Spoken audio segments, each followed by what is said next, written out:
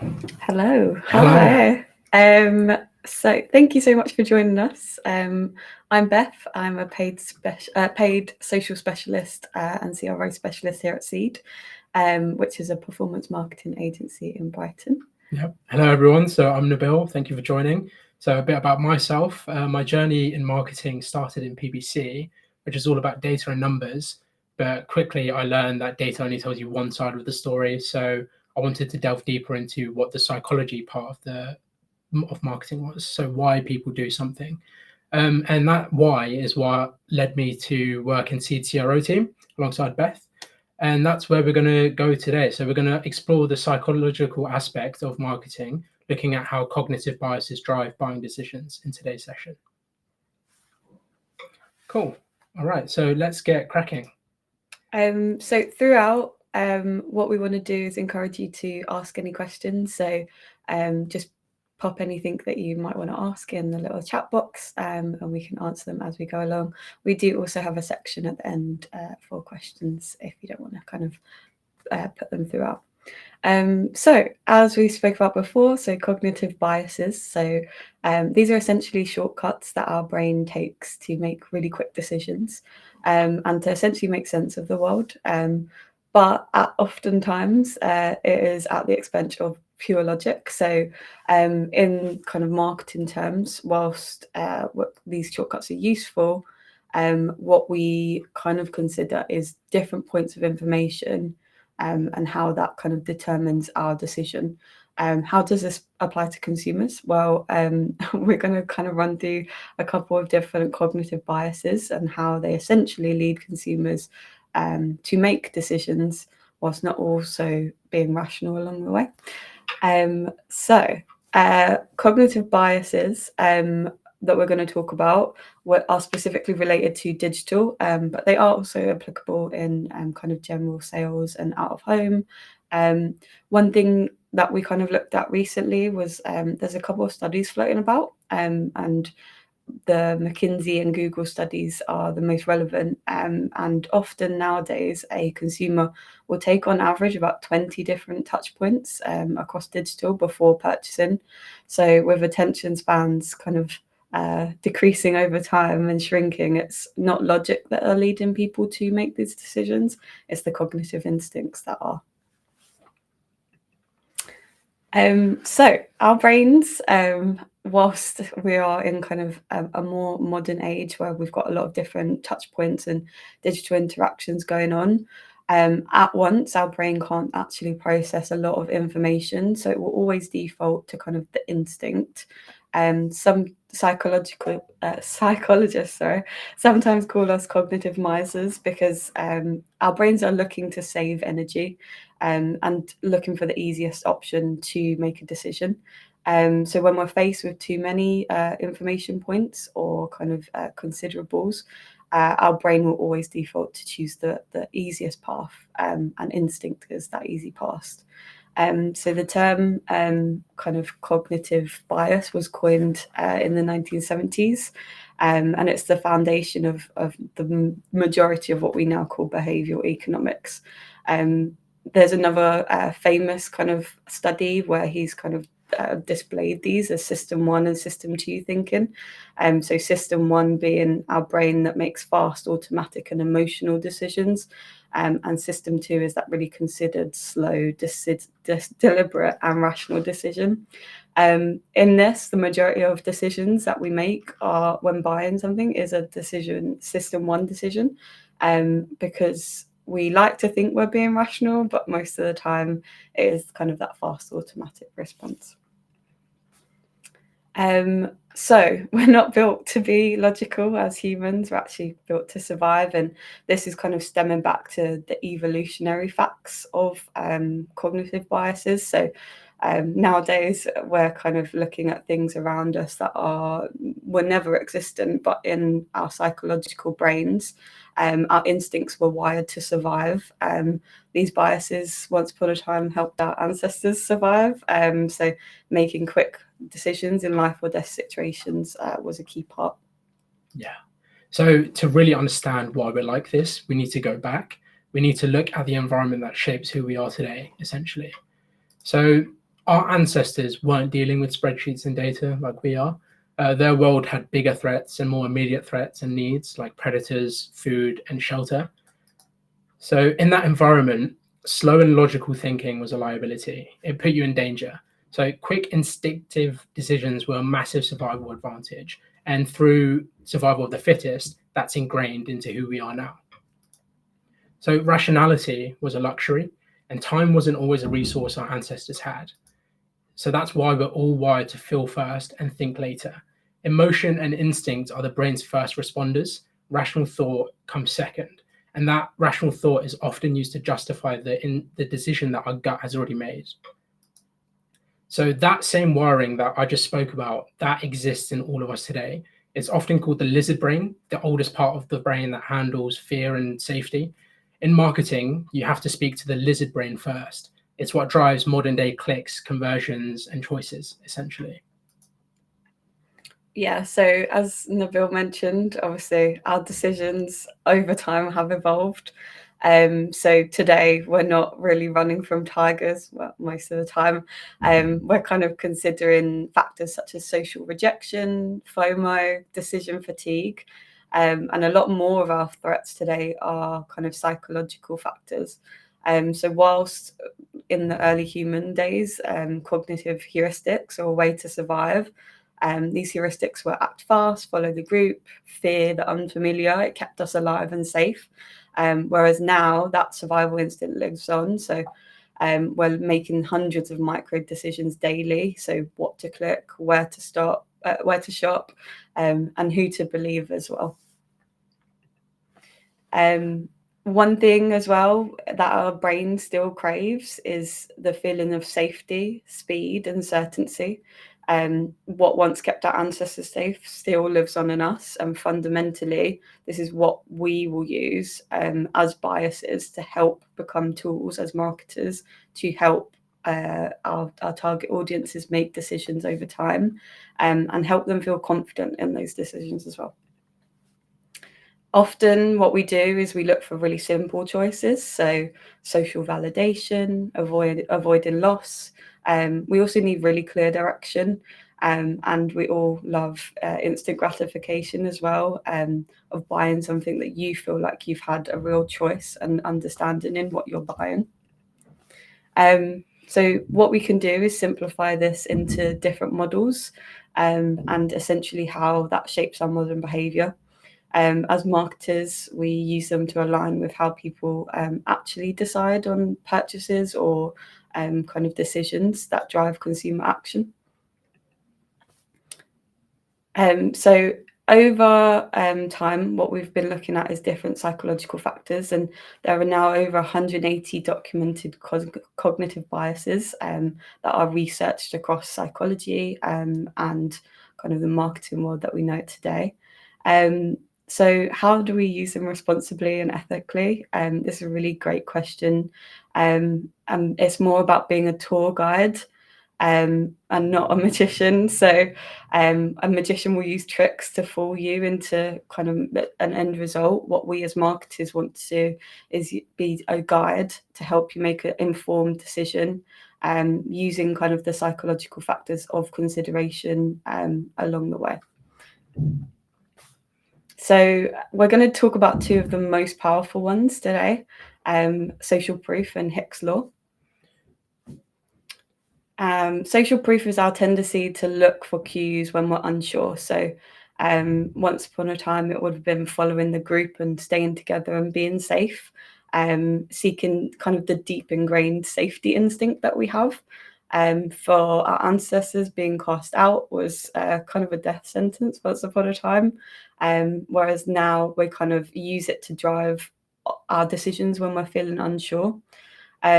Testimonials, reviews, and messages and kind of word of mouth as well are all really key kind of examples of this. Today, what we have found as well in some recent studies, so in a 2023 study by Qualtrics, online reviews actually influence 93% of consumers' purchasing decisions. So it's a real fundamental tool that we as marketers can use to ensure that when we're talking about a product or a service, if we've got people that have really resonated or enjoyed the service or love the product, it's going to help guide people to a decision much faster. As I mentioned, testimonial is the most common form of social proof, so we're all familiar with it. Pretty much every business uses them, but very few get them completely spot on. So while not all proof is equal, some outcomes and credible identities are more persuasive than kind of a vague appraisal.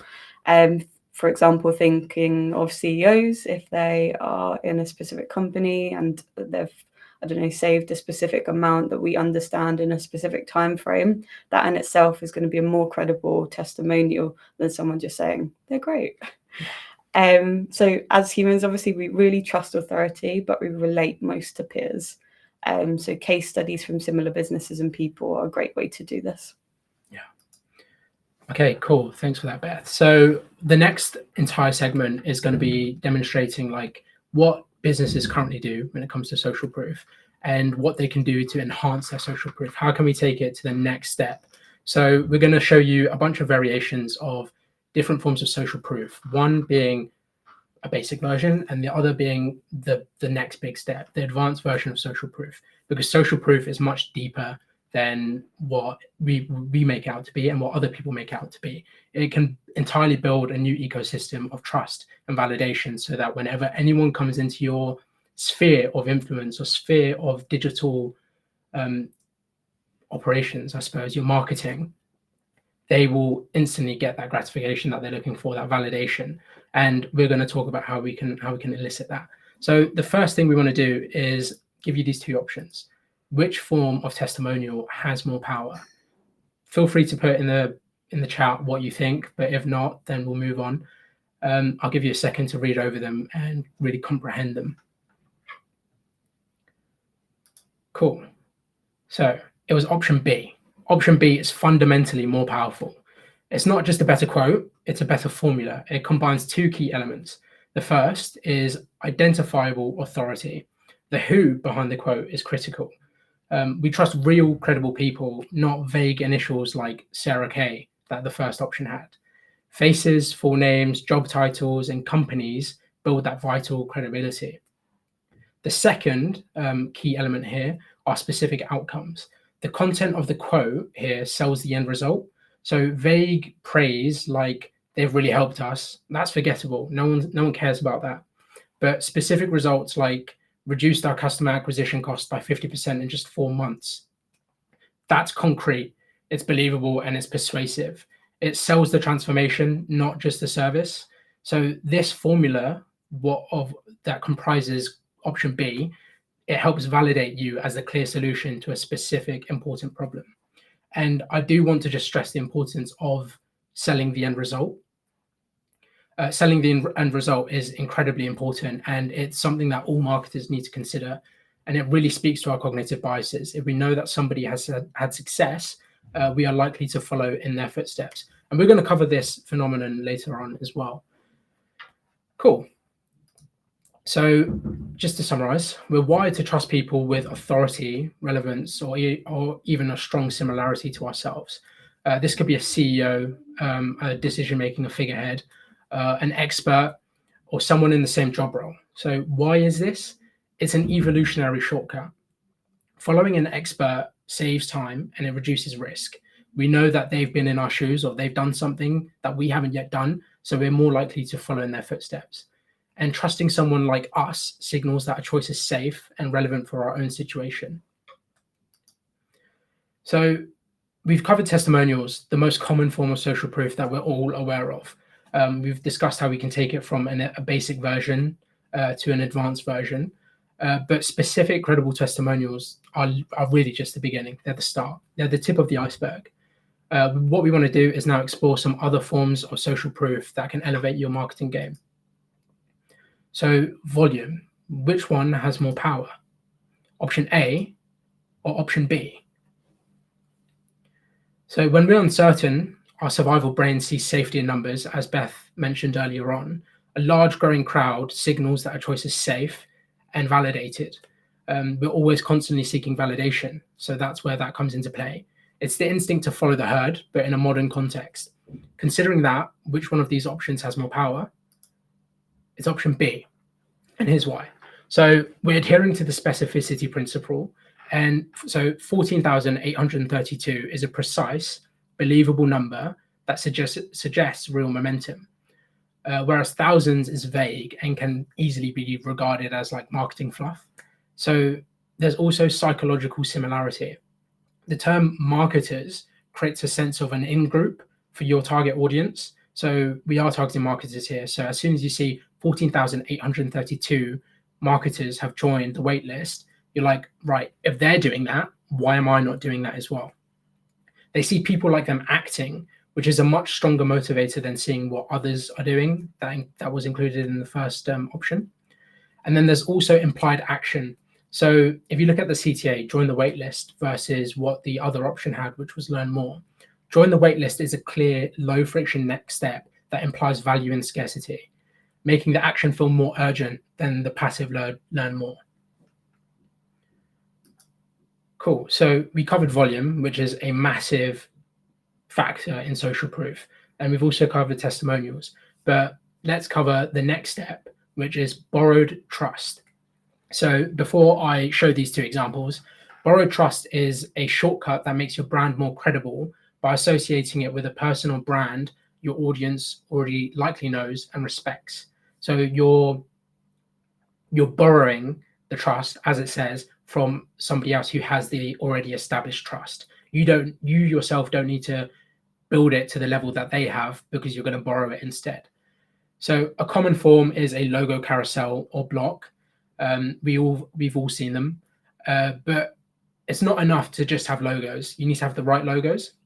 So put yourself into the shoes of a marketer. You're a marketer looking for a new software tool. Which of the two logo carousels builds more trust?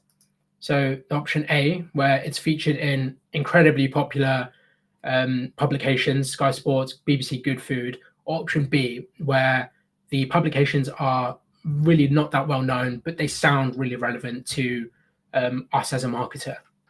Which one of these is better for us to utilize for selling a software product? It's option B again. So option B works because the source of trust must be relevant to your audience. A lot of businesses are eager for any proof and forget to ask if it's proof their customers actually want or care about. So let's break down the psychology behind why B works. So there's 3 reasons why. The first is contextual authority.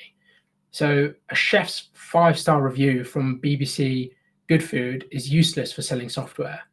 The authority has to match the user's specific need. So even though the names are bigger in option A, the sources are more relevant in option B. But there are caveats.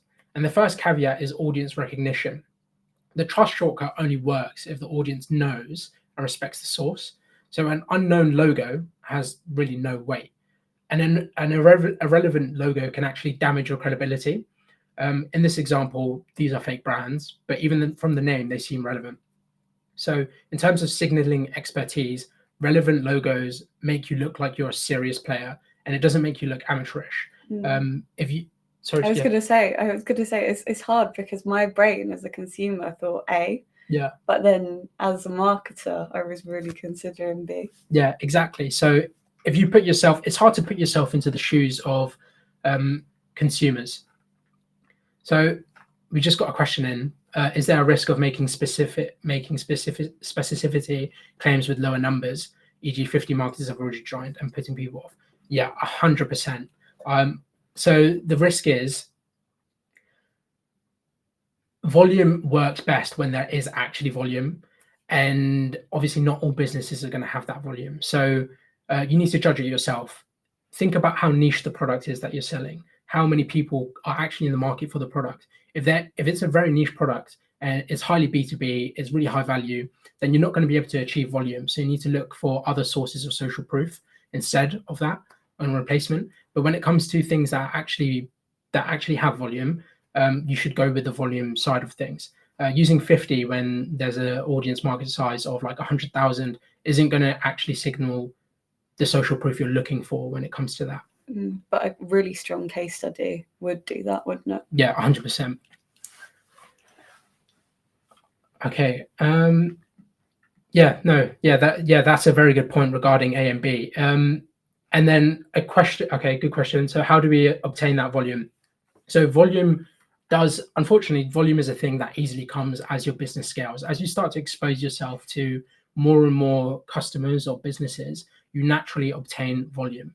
But if you're a smaller company, it can be harder to acquire. So I would definitely recommend, when it comes to volume, the easiest thing that you can do is focus on reviews. So Trustpilot reviews, Google reviews, those are the easiest form of social proof that you can acquire. And that's where a lot of businesses decide to put their focus on when it comes to volume.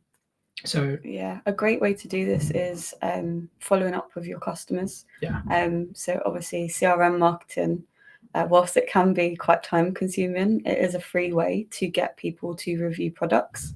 Another way to do this is by sampling as well. If you're an e-com brand, a really great way to buy people into a product is through samples, and off the back of that, asking for reviews from that product sample itself. Yeah, exactly. Cool. So now we've covered volume and borrowing trust. Let's move on to the next one, which is peer proof. So peer proof is our tendency to trust a solution when we see evidence that people like us are already using it successfully. And this is often the most powerful and misunderstood type. So imagine you're running a small agency. Which of these two case studies makes you want to learn more? An impressive sounding global client, or a company that looks and feels just like yours? But consider this: you are a marketer working for a small agency. It's option B. So option B wins because it feels more relevant. Because we're wired to follow our peers, and this comes down to 3 psychological factors. The first one is similarity. So we subconsciously filter evidence and ask, is this story for me? A story about a giant Fortune 500 company is interesting, but it's not really relevant for us when we're a small marketing agency. We lean in when we see ourselves in the main character seat. The second is achievable outcomes. The success of a global giant feels distant and almost impossible to replicate. Why does a case study about a Fortune 500 company that's significantly bigger than me resonate with me? It's not going to resonate. And the success of a peer feels achievable, on the other hand. It creates hope and a clear path. If they can do it, so can we. So we're reducing, we're making it seem aspirational almost. The third is reduced risk. So seeing a similar company succeed makes the decision feel far safer.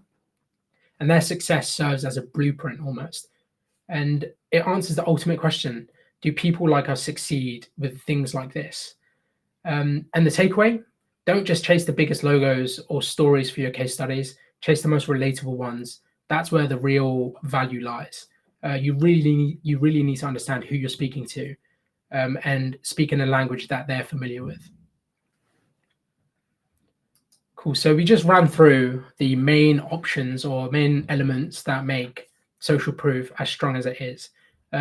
But after all these examples, what's the big takeaway? It's this: don't just collect social proof, but build an ecosystem of trust. The most trusted brands don't rely on one tactic. They build a multi-layered system where different types of social proof work together. With authority, not just testimonials, but specific outcomes from credible leaders. For volume, not just vague numbers, but specific growing figures that create momentum and a sense of safety. And then relevance, not just any logo, but proof from sources that are contextually relevant to your audience's problems. Similarity, not just your most impressive client, but your most relatable peer whose success feels achievable. When you have all 4 working together, you create a powerful defense against doubt. You're answering every subconscious question the customer has before they even know it's a question. So is it popular? Is it credible? Is it relevant to me? Do people like me succeed with it? That's the strategic application of social proof and how you can really step up your social proof game in your marketing. So Montana just said, with option A, the case study on the Fortune 500 not seem aspirational. A lot of people want to replicate the bigger companies. That is an interesting point, and you're 100% right. It is definitely aspirational, but maybe too aspirational. So if you're an SME, you have under 50 people under your roof, and you're judging yourself against a company that has 500 plus or 10,000 plus, it's just too far ahead almost. And consider the context of an agency and the way it works. An agency is incredibly hard to scale, and especially to the level of which a Fortune 500 company operates at.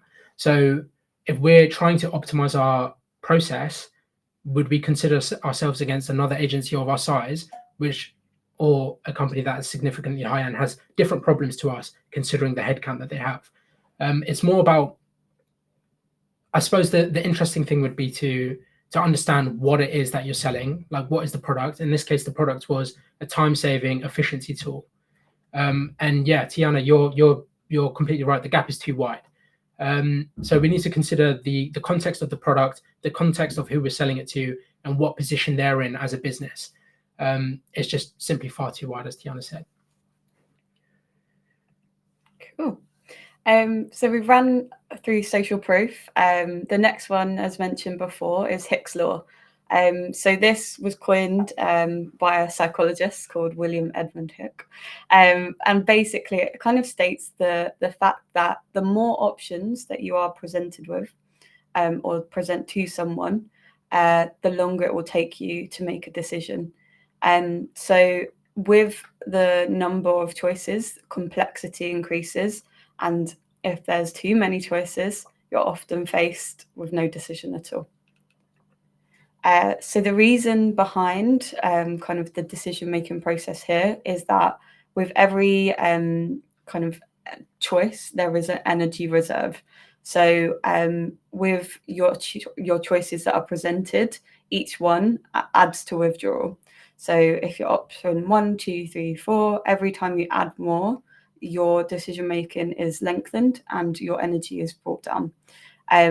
With this, you have kind of the option to give customers kind of this withdrawal from budgets, and you can kind of guide a user to their choice. But with too many, what you can get is choice paralysis and end up making no decision at all. We were discussing quite at length internally Netflix and how sometimes you can be on there for hours not being able to make a decision, and in that time you could have watched a whole probably 2 episodes of a TV series.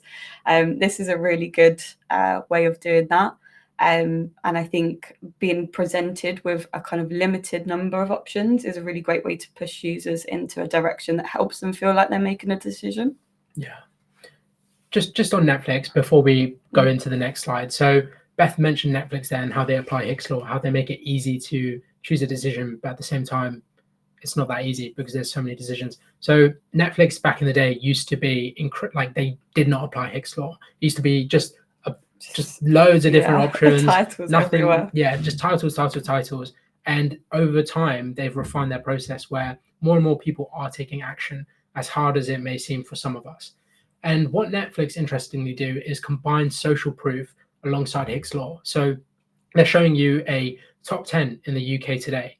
What that's doing is making it easy for you to look at films, and it's also validated by social proof. You're asking yourself, right, if that's in the top 10, I know it must be good. I know it must be a fun watch, essentially. So I'm going to watch those movies as well. That's just a really effective way that Netflix integrates cognitive biases into their own platform, not just their marketing. Absolutely. So when we kind of talk about this energy reserve, an overwhelmed brain will always default to no. So we've talked about Netflix today. There was a study done in, I just since someone said they browsed for ages, me too. There was a study done in 2000 and it's called the JAM study. I implore you to have a little look into this, it's really interesting. But essentially shoppers were offered 24 different jam flavors. And those that were offered 24 instead of 6 were 10 times less likely to buy compared to those that were presented with 6. I can't imagine 24 different jam flavors, but I think in this instance, obviously, more choice is showing you the example of more paralysis. So reducing choice at this point doesn't also mean limiting customers. It's just giving clarity. So as we mentioned, the kind of rollers on Netflix are a really great way to do that with the carousels. It just reduces friction for your potential buyer. Yeah. Before we head into sort of exploring some examples of implementing Hicks law, there's a few questions Yeah, that we please can do ask. this. So Nils asked, can improving UX alone move the needle on conversions, or does it always need to be paired with the messaging changes you mentioned? So I think definitely, but it's improving UX in a way that's data led. So myself and Beth, we're part of the CRO team at Seed, and what we always do is first collect data based to understand what in the UX needs to change. We do this using like heat mapping tools and other forms of analytics like GA4, and we'll try and create hypotheses based on our own knowledge of marketing psychology and what we see competitors doing, etc., etc. And then we say, okay, we hypothesize that this needs to change because of X, Y, and Z, and then we'd run it as a test just to validate our own hypothesis, essentially. So it can move the needle on conversions, but it'll be highly effective if you implement the psychological aspect of marketing as well in these cognitive biases. And then Gabby asked, in terms of driving conversions, are we coming up as we're coming up to an end of season sale period for ecom? How can small brands create a sense of urgency without seeming pushy? E.g., does using phrases like bestseller or almost gone really work, or do customers see through it? Okay, cool. So I think this is a good one. Yeah, this is a good one. So my perspective is that customers definitely are seeing through it more and more. We're a lot more wary of these tactics, but it still works, because if it didn't work, then nobody would be doing it. So all of the brands that are able to do it, not luxury brands, but everything in between, they do these things when it comes to an end of season sale. And it's mainly because it speaks to that primal instinct that we mentioned earlier, that lizard brain. When we see something that we really want, we've been looking at it, we've been eyeing it up for ages, and then we see that there's only 20 left, or it's on sale for a limited time. Our lizard brain comes out, and we want to grab it. We want to take the opportunity to take it before it's gone. So I think it's going to continue working, even though consumers are becoming more wary of it as a ploy, as a marketing tactic. But yeah, I think there's more refined ways that you can do it as well. Obviously, there's some shopping places that just throw it to you left, right, and centre. Last chance. You've got countdown clocks. You've got you need to use this promo by the end of the day, otherwise you lose it. There's a lot going on, and sometimes that is too much, and it kind of feels overwhelming. But there's ways that we can do it more purposefully. So, for example, if you've added something to your cart, it's been sitting in there for a month and there's one left in stock, getting that notification from the app to say, this is the last size in stock, like buy now. We know that you're interested in it. You've had a really high intent action of adding that to your cart. It's been there for a while. So you're in consideration of this. And being able to just alert a user that, this is actually your last chance to buy is a really nice way to feel like you're involved in it, whilst also nudging the FOMO a little bit as well. Yeah, exactly. Mia said she always hates shopping on places like ASOS because there's too much choice. It's overwhelming. Yeah, you're 100% right. So that's called cognitive load, that element of like being overwhelmed by choice. And the problem ASOS has and Netflix has is that they've got volume. So they've got loads of movies or TV shows they need to push out in front of their audience, or they've got loads of products. And ultimately, it becomes harder to implement Hicks law when it comes to high volume products or services. But they've implemented it in places that you wouldn't really recognize. So we're going to talk about checkout process, but when it comes to ASOS, the checkout process, they ask for a lot of information, especially if you're a new user. And ASOS do a remarkable job at cutting it down, putting it into chunks to feel like it's not so much information at all. So even though the ASOS dashboard of all the clothes may feel overwhelming, they've implemented these biases in other areas that you just don't really recognize or don't see. Cool.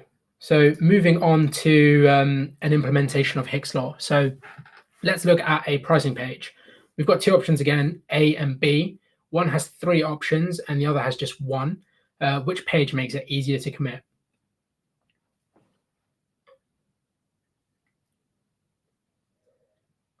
I'll just give you a second there and we'll move on to the answer. So it's option A. Option A is far more powerful because it makes the choice feel effortless. It works by creating a clear direction and dramatically reducing the cognitive load on the user. Now, some of you might be looking at this and thinking about the business case. We want to answer this question before it pops up in the chat, because I know it's going to pop up in the chat. So you might ask, what about the customer who only wanted the cheaper $9.99 plan? Aren't you leaving money on the table? This reveals a deeper principle. It's not about just reducing friction. It's about reducing friction for your ideal customer. The business in the after example likely found their $29.99 Pro plan attracts their best, most successful customers. The goal changes from sell a plan to everyone to make it feel effortless for the customer to choose us. So the people that were choosing the $9.99 option, they may have seen internally, right, these customers have really high churn. They don't have the level of intent that the Pro users have when it comes to sticking with the business. So they're putting all their eggs in the basket of the Pro users. So, but then also you've got the options. So the people that do want an escape hatch to see all the options, they can use the view all options link. But the main premise here is that you're optimizing for 80% of the ideal users while still providing a path for the other 20%. And we're using cognitive load to influence this decision making. So one more sort of caveat before we go away from this slide is that everything needs to be data led. So even though in this case option A converts better because it respects the user's mental energy, that's not to say that option B would never work. Option B would work in a lot of cases, but it's about the business and their internal data, I suppose. Like what works for them, what plan attracts the best customers, where do customers retain for longest. All of these need to be considered when it comes to designing a plan process like this or a pricing page. So that's the thing to consider. You need to every single decision that you make when it comes to changing the way your user experience is on your website or your app needs to be in line with what the data says. And you should also always test these things, because a lot of people have said that option B would work better, but the psychology says option A would work better, and that's one thing to test. Cool.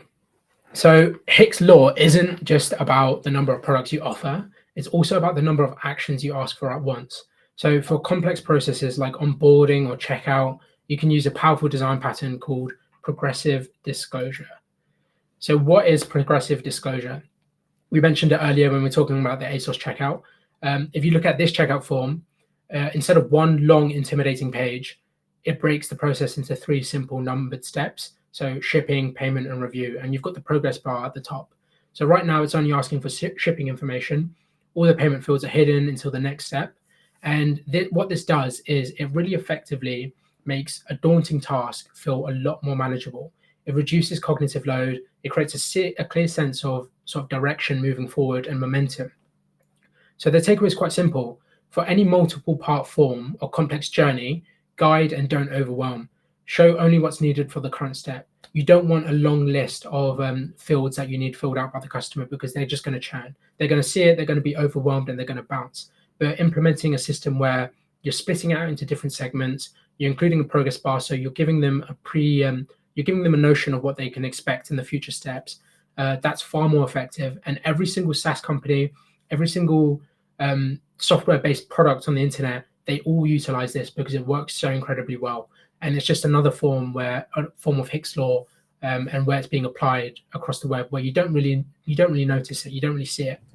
Yeah, the addition of kind of payment portals that automatically hold your information as well is a really great way of kind of utilizing connected integrations to kind of sort this progressive disclosure. I love PayPal, has all my info, does it super quickly, and I don't have to reach for a card. That to me as a user just removes so much friction, and being able to use things like Apple Pay, reducing the amount of details a user has to input, it prevents drop-offs along the way. Exactly. There's a saying in marketing, in UX, UI, everything, where a user is involved or a customer, friction is the enemy. If there's friction, then you're going to probably experience drop-offs. You need to try and reduce friction as much as you possibly can, as Beth said. So after looking at pricing pages, checkout forms, and the psychology of cognitive load, what's the most single important lesson from Hick's law?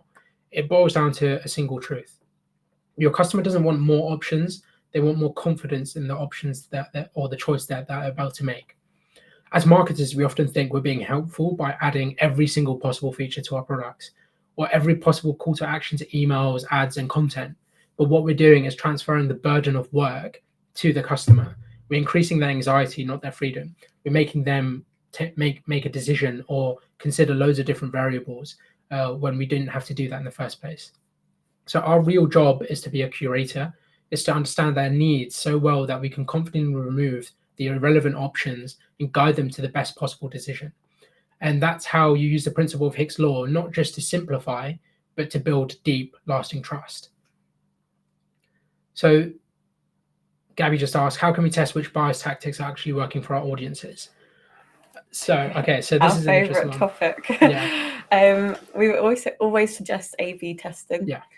So it's a really great way to make proposed changes, small or kind of bigger scale, and test them with audiences first. So, for example, we could focus on the checkout page, and we could try a checkout page that implores kind of social proof and adds kind of our reviews and ratings on a product before people kind of fully check out. And we could also test kind of streamlined checkout processes as well. So one would be Hicks law, one would be using social proof. And what we could do is A/B test these against each other and use data to compare and contrast and find kind of storylines of where our users are converting. Has change A driven change versus our control? Has change B driven change versus our control? Yeah. And it's primarily looking at things from a data point of view. Every decision that we make in terms of our website and changes, and even down to copy and messaging that we use across advertising and marketing, it all needs to be stemmed in data and understanding the core of our users and what drives them and resonates with them, more importantly. Yeah, exactly that. I would add on to that marketing psychology is not the final solution.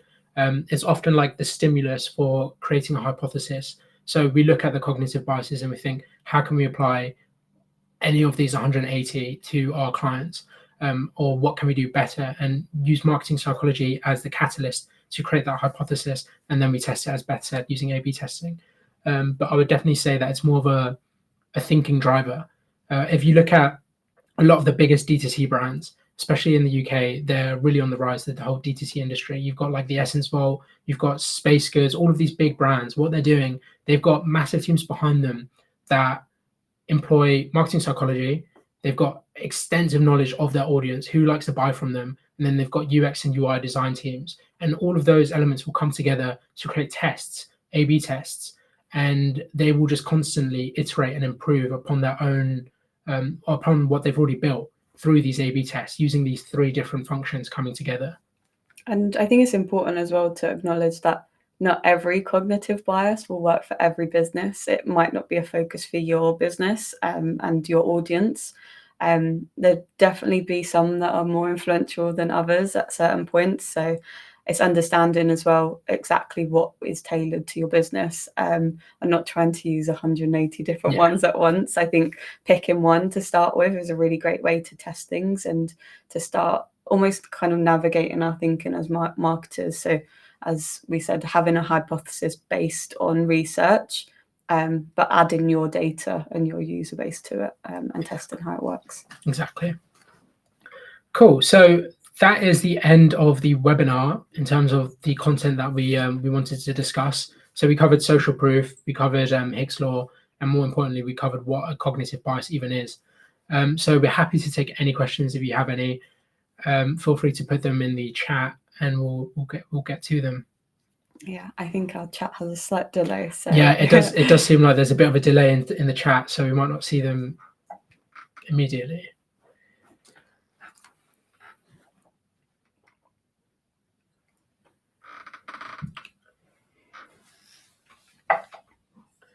Cool. Okay. I think we've had a lot of questions throughout, which is great. I love that. I think as well, one thing I would say is that if you kind of think of anything but afterwards, please feel free to follow up with Nabil and I, whether that's on LinkedIn, or I think we've added our contact details as well here. Yeah. So yeah, Oh, we've got a question. Sorry, I told you it was slightly delayed. What one action would you recommend every marketer take right now to close the cognitive bias gap? Okay. Oh, this is a good one. Okay, so ultimately it's quite a difficult question because every business is different. So it's going to be hyper dependent on your own context of where your business is, who your customers are. But I think where most businesses go wrong in terms of one thing of how to close this gap of them not utilizing cognitive biases is, even though social proof is the most common form of a cognitive bias being utilized, it's really just not utilized to the best extent that it can be. I would say start with social proof. Look at your website, look at all your touch points, and go, am I using social proof here? If you're running paid ads, do you use social proof in your ads? Test whether including a Trustpilot review bar increases the CTR or the click-through rate of your ads. It depends what your digital activity is, what your website currently looks like. But I would definitely say that's my main thing that I would recommend to all clients. I think it's a really easy way to make use of data and kind of reviews and things that you already have, whilst also potentially leaning on developing that and getting more volume in that area as well. Because I would definitely say like that is the most influential one at this current time. Yeah. Because a lot of people are shopping socially first before ever going to a website. So being able to employ that across your different touch points is a really valuable tool to have. Yeah. And I think ultimately it creates a discussion. Like, we've focused a lot on like websites and how we can implement cognitive biases on like experiences and apps. But a lot of marketers don't employ these cognitive biases within their own creatives that they're using on Meta or Google Ads. Like, these are all transferable, and ultimately it should serve as a building block for all of your marketing activity. Yeah, absolutely. Cool. So we've got a question from Brandon. So focused on the positive side throughout for great social proof. What are your thoughts on negative social proof and handling and responding to it appropriately? Thinking of poor reviews, etc. Yeah, so this is a really interesting one. So there's one, I can't remember the statistic entirely, but a study was done and it basically showed whenever a business has negative reviews, there's still an opportunity to create trust. So even though the review was negative, if you respond to that review in a professional way, you respond to the review explaining like why things went wrong and showing that you care about the customer, people who then see that negative review, they may not be as likely to take it negatively and have it influence their decision because they've seen that you care, they've seen that you've replied. So I think replying is the biggest thing that you can do if you get negative reviews. But ultimately, it's a business problem. If you've got a 3-star rating on Trustpilot, it indicates a deeper issue that marketing probably won't be able to solve. So I definitely say start there. You need to solve those major issues first, and then there are things that you can do to alleviate the impact that they would have on your own operations, I suppose. As well, a really interesting point is I don't know if anyone's seen on Amazon particularly recently, but it's kind of the conversation where if you've got 5,000 5-star reviews and they are mostly bots, people lose trust as well. So it's better to have maybe 1,000 reviews and your overall ranking be like 4.4 stars than have 5,000 5 stars, because no one will trust that. So it's kind of like that fine line of social proof. It's better to have people giving you honest feedback and being able to adapt your product, services, I don't know, kind of timelines and people and staff, and understanding where those kind of points are that you need to hear this from, then completely like deleting things and clearing it and kind of putting your blinkers up to it. Because I think as a business, it's up to you to be able to grow from that. And I think being able to, as Nabil mentioned, respond in a professional way and grow your business from that is really a powerful tool. Yeah, and it's the whole ethical side of things, right? So as long as you maintain good sort of intention, you operate ethically, you operate with responsibility, you're not lying about anything, you're not overinflating your social proof numbers, you're keeping it accurate, you'll probably be okay as long as you keep operating with an ethical and good intention mindset. I've just read Montana's comment. She says, I've seen some campaigns that actually use negative reviews for positive gain. They tend to be really funny if done properly. I've seen these as well. Yeah. I like them. It's usually, I always call them Karens and Kevins. They've always got something to say about something, and brands use them to kind of pivot. And I think, yeah, it's a clever way to use a bad review, but obviously making sure that if there's an actual problem, we look after them and sort it out first. Yeah. It's that sense of similarity, isn't it? Yeah. You're like, oh, these guys have humor just like me. Exactly. Yeah. And it makes them seem like they're not just a corporate company. They're like a company of normal people. Yeah, there's an actual person behind this Exactly. brand. Exactly. Yeah. Amazing. I think that's all the questions. As I mentioned, please feel free to email or follow up on LinkedIn, and watch your inboxes, because we can send this presentation to you as well, so you have it to refer back to and read and share with your teams. Cool. Thank you, everyone. Thank you for joining. Yeah, thank you so much. Enjoy the rest of your day, and we'll see you soon. Have a good day. Bye-bye.